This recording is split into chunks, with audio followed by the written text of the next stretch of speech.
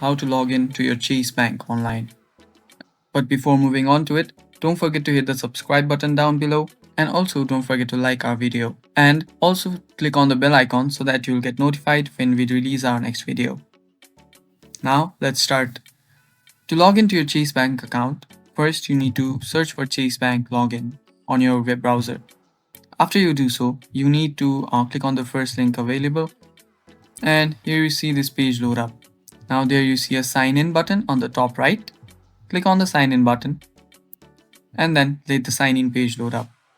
Now as you can see, the sign in page loaded up. Now here you can type in your username, whatever username you have, and then also the password. Now you can type in whatever password you've set during the login. And if you want your browser to remember this login, you can click on the remember me button too. Now if you don't have an account, you can just go down here in this section that says not enrolled, sign up now, and click on not enrolled, signed up now, and then you'll be also able to sign in. You'll need to put on your details here, and then you'll be able to create an account which can later go on and just sign in here and log in here. After you type in your password, just click on sign in and you'll be logged in to your Chase Bank.